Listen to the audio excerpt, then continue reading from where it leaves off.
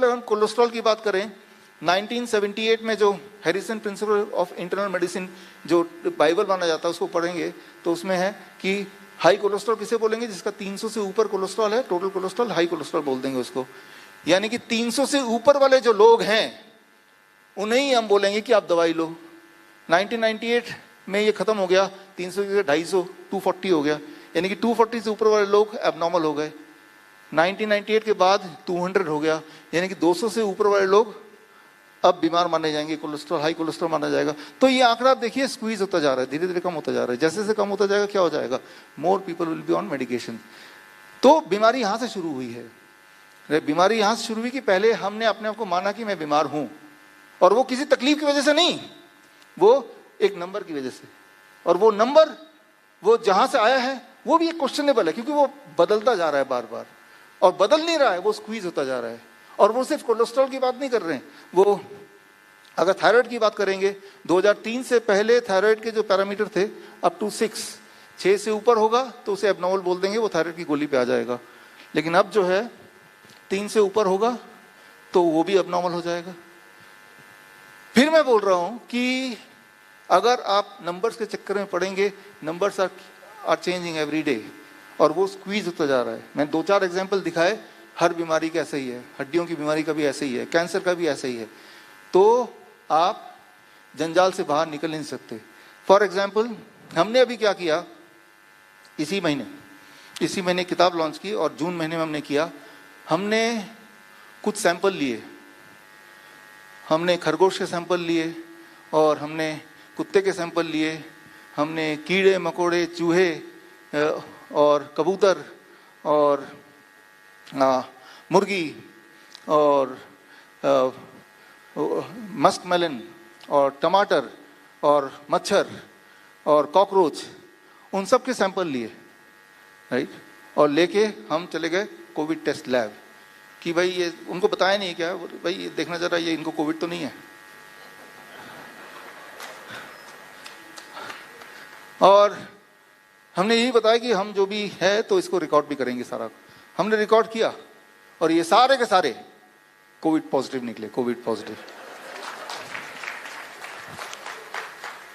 तो हमने उसी लैब से ह्यूमन सैंपल लिए जो कोविड पॉजिटिव ऑलरेडी थे, वही वाला सैंपल लिया जिसका कोविड पॉजिटिव आया था, उसको दोबारा चेक किया और वो कोविड नेगेटिव निकल गया। फिर तीसरी बार चेक किया, कोविड पॉजिटिव निकल गया।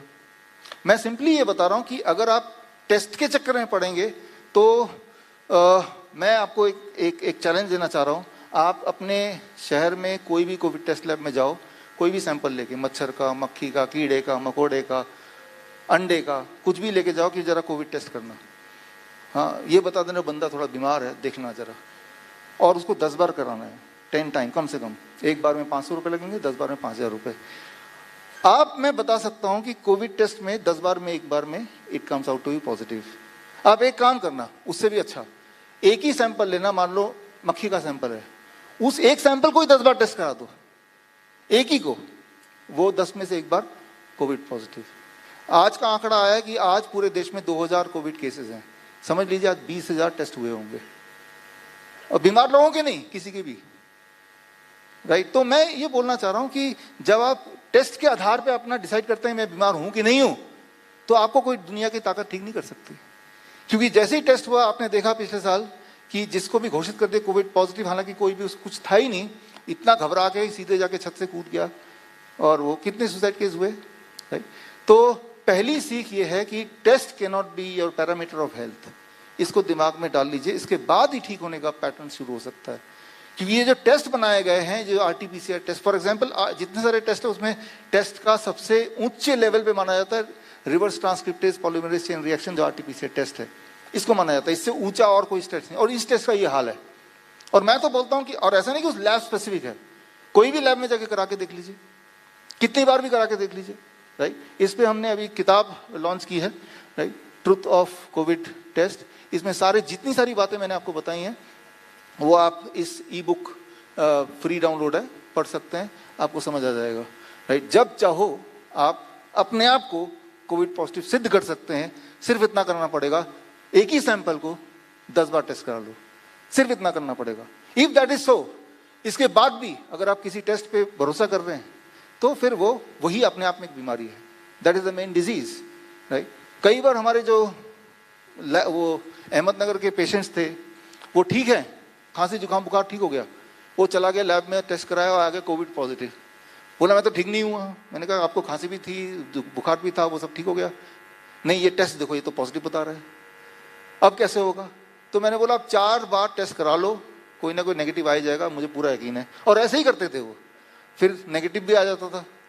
बोलते नेगेटिव आ गया ना, अब इसको पकड़ के घर पे आप फ्रेम करके लगा दो।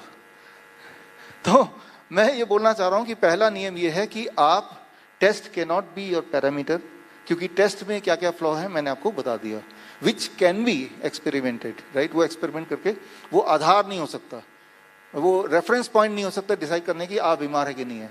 रेफरेंस पॉइंट क्या होगा फिर? रेफरेंस पॉइंट सिर्फ एक ही है कि आप फिजिकली आपको कोई सिम्टम है, कोई दिक्कत है या नहीं है। अगर तो कोई भी दिक्कत है तो आप बीमार हैं, उसको कैसे ठीक करना है अब उस पर चलते हैं। सो द फर्स्ट रूल जहां पे हम खत्म होते हैं यहाँ पे कि नेवर पोल्यूट योर ब्लड, अपने खून को पोल्यूट नहीं करना है with any drugs, right. If you can if do it, तो उस ड्रग को के साइड इफेक्ट को ठीक करने के लिए एक और दवाई, और जो लोग लगातार ऑलरेडी दवाई ले रहे हैं तो वो एब्रप्टली वो छोड़ नहीं सकते, because the body got addicted to it. इसलिए नहीं कि वो फायदा कर रहा है आपको, इसलिए कि आपकी एडिक्शन हो गई है, एडिक्टेड चीजों को एकदम से छोड़ी नहीं जाती, राइट। फॉर एग्जाम्पल मैं यहाँ पे खड़ा हूँ और मेरा मन किया मैंने सहारा ले लिया और काफी समय सहारा ले लिया, अब अचानक कोई सहारे को खींच लेगा तो मैं गिर जाऊंगा। वो पहले मुझे बताएगा मैं खींचने वाला हूँ, अलर्ट करेगा, मैं अपने आप को संभालूंगा, अब बोलूंगा इसको ले जाओ। तो पहले आपको इस बॉडी को इस लायक बनाना पड़ेगा कि बॉडी उस एडिक्शन से बाहर निकल पाए। फिर धीरे धीरे दवाइयों को टेपर डाउन करते हैं, ड्रग टेपरिंग करते हैं, जिसमें आप अपने जो लोकल डॉक्टर्स हैं उनकी सहायता ले सकते हैं। कैसे लेना है और क्या करना है उस पर हम आते हैं। सो